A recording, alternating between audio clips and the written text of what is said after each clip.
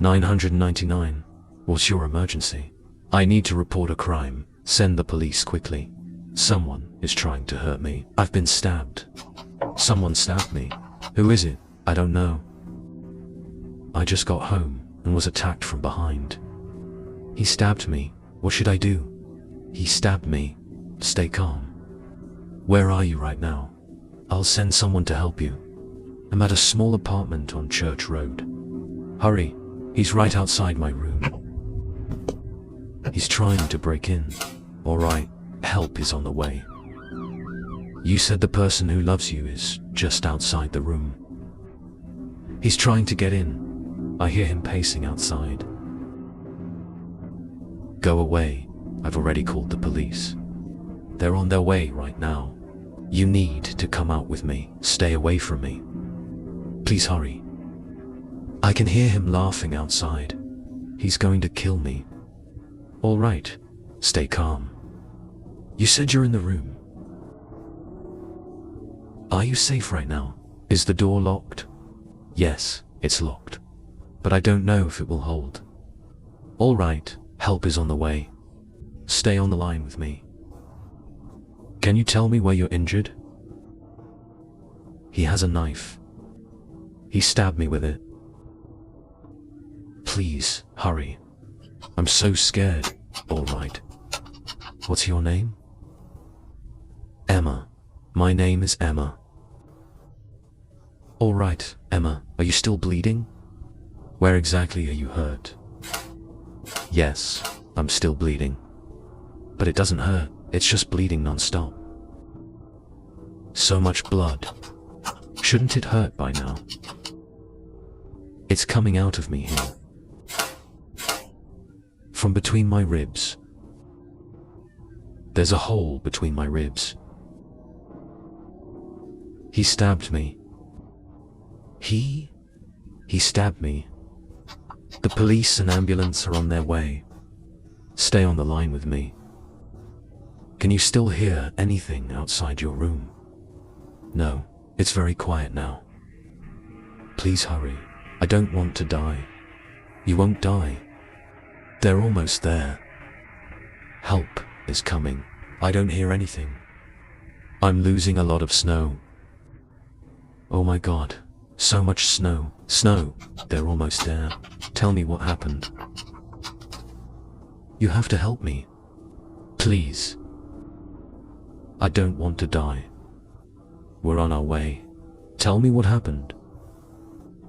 What happened? I don't know. I just got home. I felt someone punch me. I turned around and saw him. He had a knife and was laughing. What did he look like? I don't know. I was too scared. I ran, but he came in too. I can't hear anything outside. He wants to kill me. I'm going to die soon. You won't die. Rescue is only minutes away. Keep talking to me, okay? Alright. Can you hear anything outside now? No, it's very quiet. Really quiet. Emma, please stay on the line with me. I just received word. The rescue team has arrived. Can you see their lights through the window? Emma, they're here. They'll help you. It's too quiet. I can't hear anything. Why doesn't it hurt? I've been stabbed. There's so much blood, but I don't feel anything. Why don't I feel pain? Can you see the lights? The police told me they've arrived. I can't see clearly. My eyes feel strange. You live by the church. North of town. It's so quiet here. My eyes. I can't see clearly anymore. I feel so cold. Is it Church Street? I haven't seen my parents all week. I want to see them.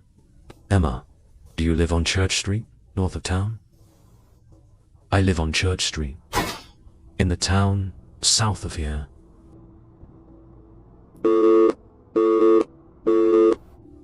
The line went silent. Emma never responded again. It was later discovered that the dispatcher made a mistake. The police were sent to the wrong address. In London, England, there are 2 streets named Church Street, and the police went to the wrong one. By the time they arrived at Emma's home, they found her. She was still holding her phone. Her eyes were wide open, filled with fear. They were too late. Emma was pronounced dead on the scene due to her injuries. To find the perpetrator, the police conducted a lengthy investigation, but no evidence was found at the scene. Emma Lewis's murder case remains unsolved to this day.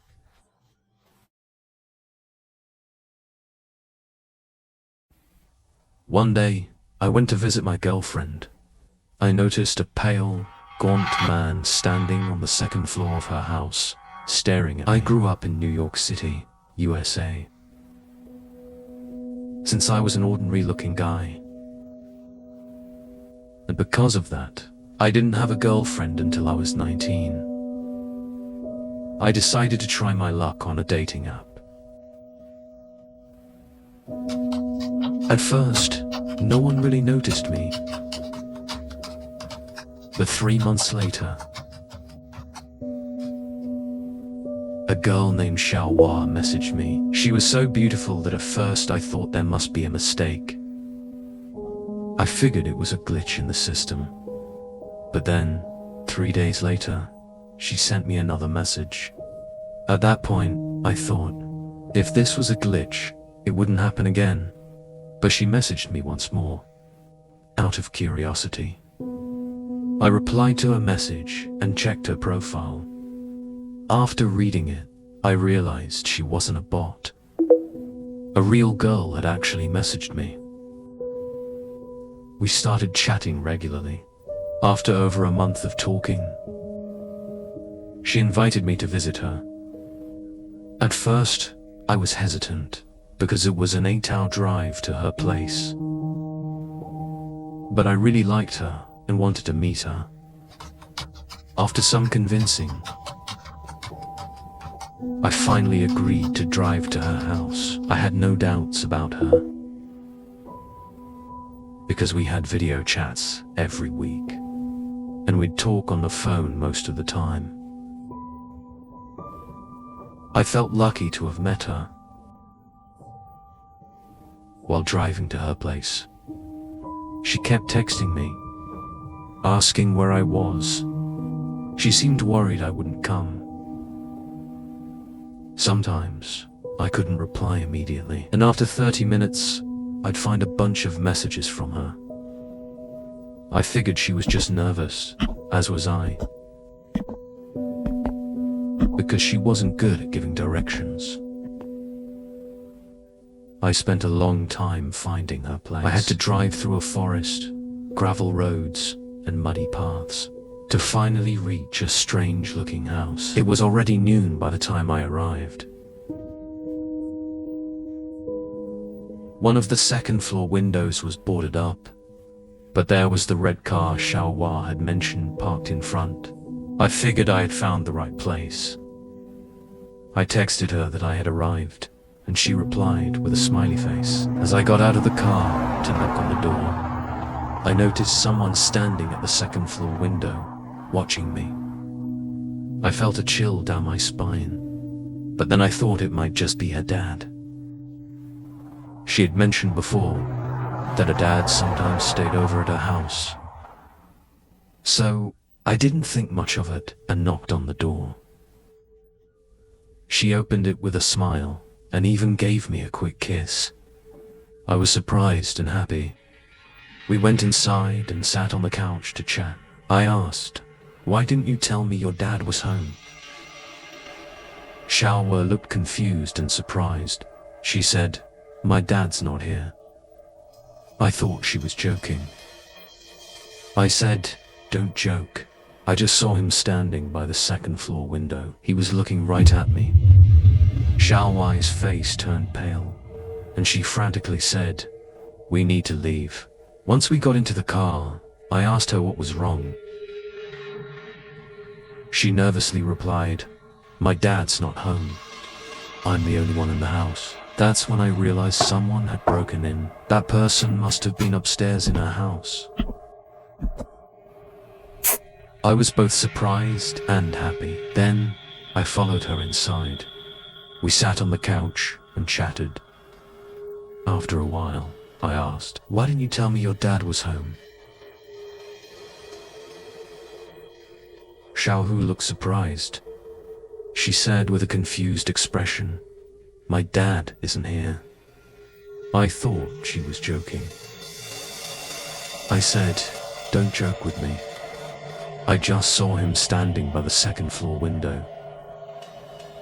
He was looking right at me."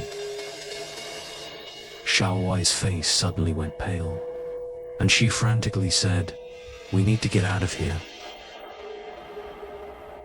After we got into the car, I asked her what was wrong.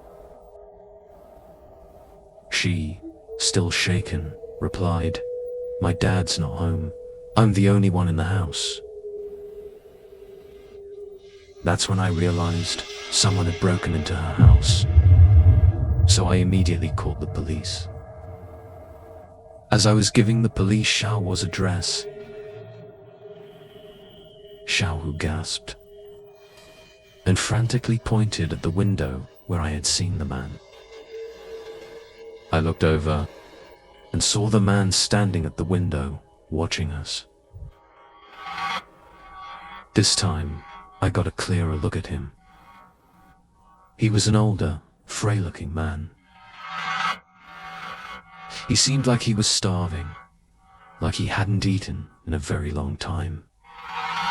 When he saw us looking at him, he quickly hid away.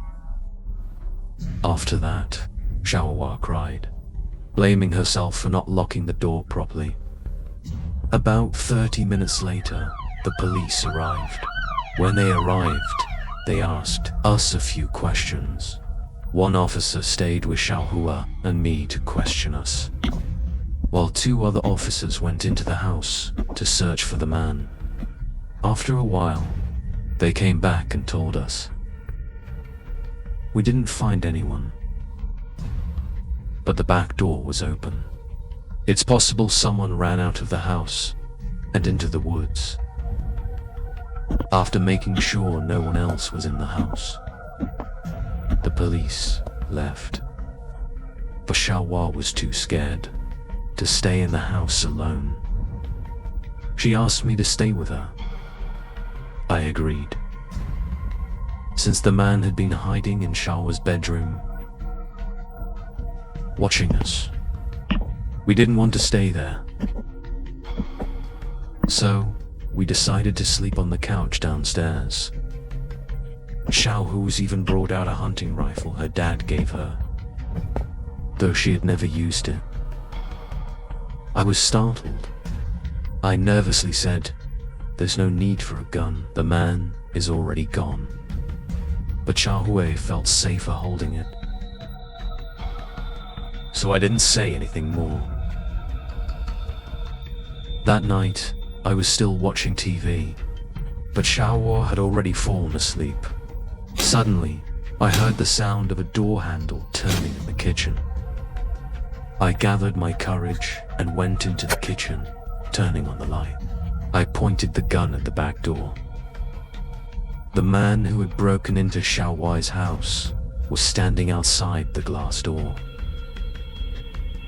Thankfully, we had locked the door, so he couldn't get in.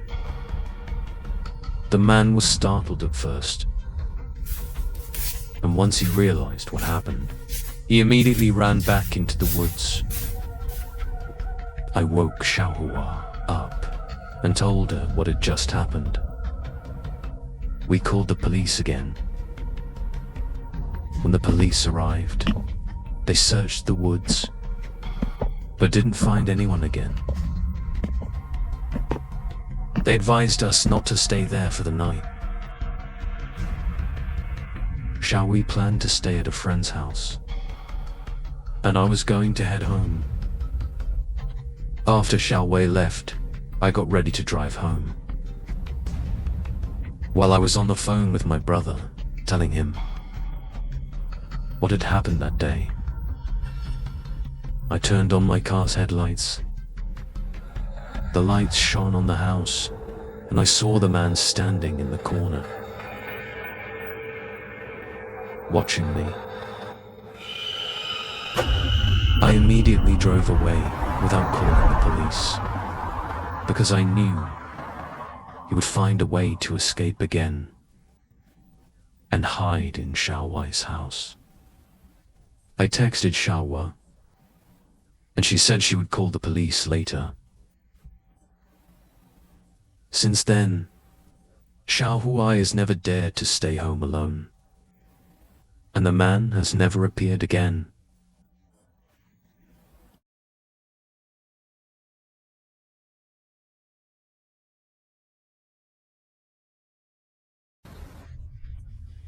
I work at a crematorium. Today, I found a person still alive in the incinerator. I work at a crematorium in the United States. It's not exactly an appealing job, but it pays the bills. That's what matters most. Besides, working there isn't too painful. I've never been good at socializing, so I don't have to deal with many people here.